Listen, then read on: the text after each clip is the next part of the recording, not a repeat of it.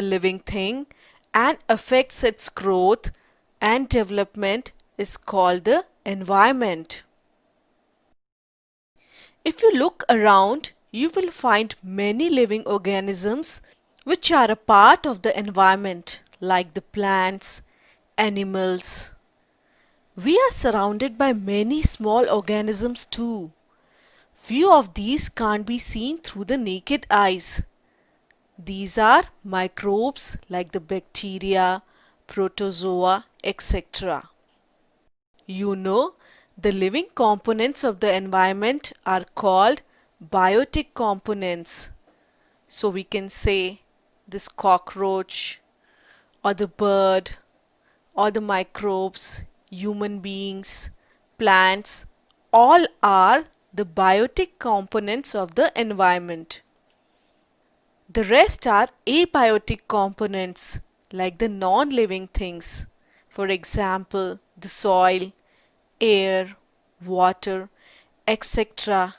Even the components of the weather like the temperature, sunlight, etc. are also the abiotic components. Now that you know the biotic and the abiotic components of the environment, let us see how they interact. Let us start with the food.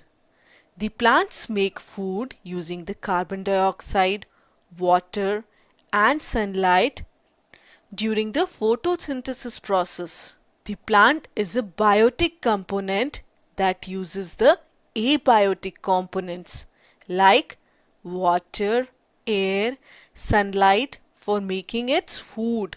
The animals depend on plants for food directly or indirectly. The herbivores are the plant-eating animals, so they eat the plants directly. The carnivores generally eat the herbivores, which are dependent on the plants for their food. So we can say that other animals are dependent on plants indirectly for their food.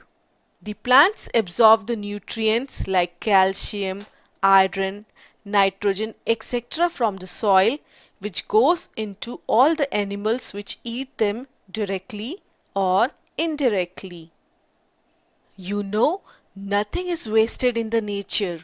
Few animals feed on the dead animals and the plants. For example, the vulture and the hyena, etc. feed on dead animals. They are called scavengers. So, the scavengers also help to keep the environment clean. Also, nothing is lost in the nature. Some organisms break down the body of dead organisms into simple nutrients. Bacteria, fungus, etc. decompose dead organisms' body to get nutrients from it, and they turn the complex organism body into simple substances which goes back to the nature. They are called decomposers.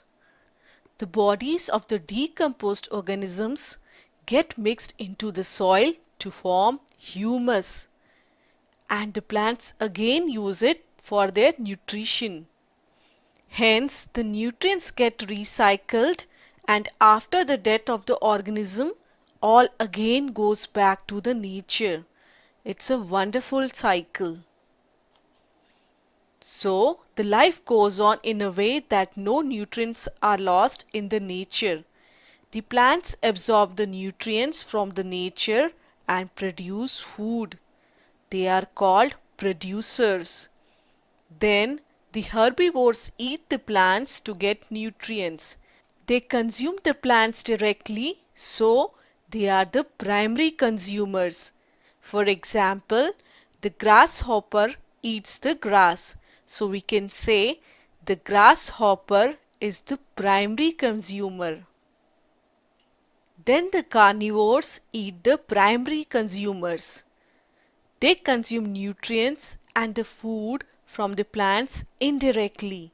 So they are the secondary consumers. For example, a frog eats the grasshopper. So The frog is the secondary consumer, and as we saw, the grasshopper is a primary consumer. Sometimes other animals also eat the secondary consumers, like a snake eats the frog. Hence, we can say the snakes are the tertiary consumers. Thus, the nutrients and the food produced by plants circulates in all the animals through a chain-like system. Hence, it is called the food chain. In the food chain, one is the food of the next member. Like in this food chain, the frog is the food of the snake. The grasshopper is the food of frog. You know, in the nature, there are many such food chains, and they may be interconnected too. After the death of the consumers or the producers, the decomposers like the bacteria etc. decompose their body and recycle the nutrients back to the nature. Now you might think, are the plants or the producers too dependent on the animals? Let us see. Yes, the plants are also dependent on the animals. For example, the insects help in the pollination, which is a must for the seed production and for the plant reproduction. Many animals also help in the seed dispersal. You know, the organic substances from the animals increase the humus in the soil. That is, they make the soil fertile, and this helps in the plant's growth. So we see the plants are also dependent on the animals. And the most important thing to remember is plants and animals, including us human beings, are interdependent on each other for air. The plants need the carbon dioxide for the preparation of food and release the oxygen gas. On the other hand, the animals, including us human beings, take in oxygen and give out carbon dioxide. Thus we see the biotic components are interdependent.